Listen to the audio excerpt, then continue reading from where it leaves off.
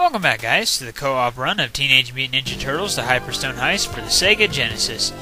Here in bonus stages like this and sewer surfing from Turtles in Time, whenever I'm playing with two players, Vaughn and I always split up. I always take the top and he always takes the bottom. Any foot soldiers that are coming from the top, I of course take out, and any from the bottom, he gets to take out. Any foot soldiers that come from the middle, it's a free-for-all. Whoever gets them, gets them. That's just how we divide everything up in these bonus stages. As you can hear from the music, it's taken straight from Sewer Surfing and Turtles in Time, as with the surfboard gameplay. The graphics, however, are of course taken from Skull and Crossbones. I quickly learned that barrels do a ton of damage, and they also put a curse on you, because after I was hit by that barrel, I started doing terrible throughout this area. Worse than I've ever done at it. I got taken down to 2 bars of health throughout this entire area because I kept getting hit. I usually don't do that bad, but whatever. I do like the addition of the flying mousers throughout this area. I thought that was pretty cool. And unlike in Turtles in Time, the question blocks don't heal you. Kinda wish that they would've in this particular run. The entire stage isn't based on the bonus segment, though. As soon as that ends, that's whenever you start the actual stage itself here on the ship, which of course is taken from Skull and Crossbones from Turtles in Time. Just like in Turtles in Time, there will be marks here and there on the floor of the ship. The marks indicate weak planks. If you walk onto one of the marks, and you'll either be shot up into the air or hit in the face by a plank, so be careful of that. There's a pizza not too far into the ship portion of this level that's got a trap right next to it, so you have to set the trap off before grabbing the pizza, otherwise you'll take damage. You have to trick the trap into being set off while you run away from it.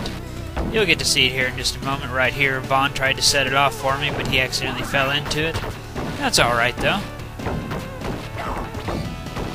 The ship segment of this stage is the longest part of it, and of course, with the whole stage being called a mysterious ghost ship, that's the main part of the stage.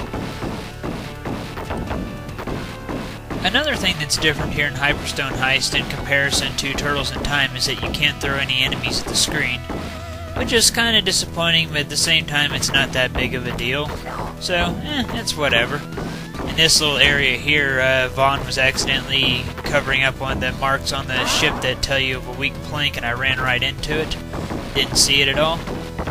That's alright though. There's actually a trick where you can step on those things and move back really quickly and make it to where you don't get hurt by them, and then you can walk on them freely. It's kind of neat. You may notice in the background through the windows we're passing a little rock-type formation. We're coming up to a little cave-type area. That'll come into play later on in the stage after we get done in the ship part of the level. Like I said, Hyperstone Heist has some pretty big levels. Throughout this next portion of the stage, you'll see barrels falling, so be careful as you enter new areas so that they don't land on you.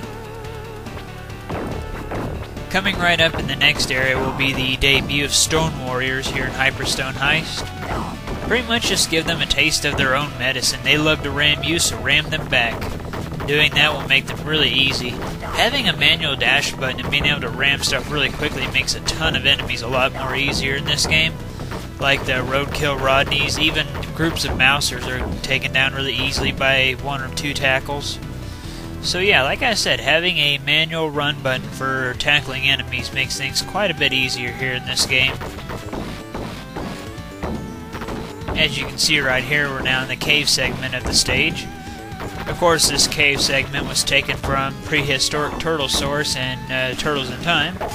One thing that's interesting about Turtles in Time is that the boss of prehistoric Turtle Source is actually different between the arcade version and the Super Nintendo version. In the arcade version, it's like a little mud monster, and in the Super Nintendo version, it's Slash.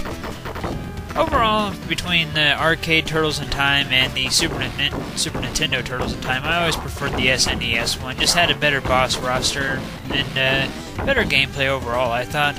I'll still play the arcade game, though, if I want to play it 4 players. I like it for that, at least.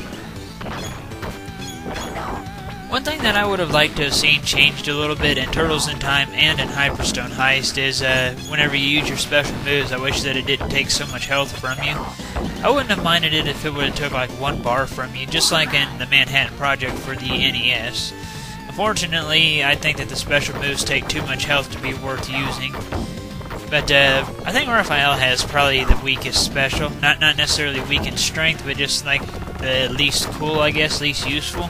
He does like a little roundhouse kick, then Leonardo will spin around with his swords, and Donatello will put his bow on the ground and kick out, and Michelangelo will jump out swinging his nunchucks.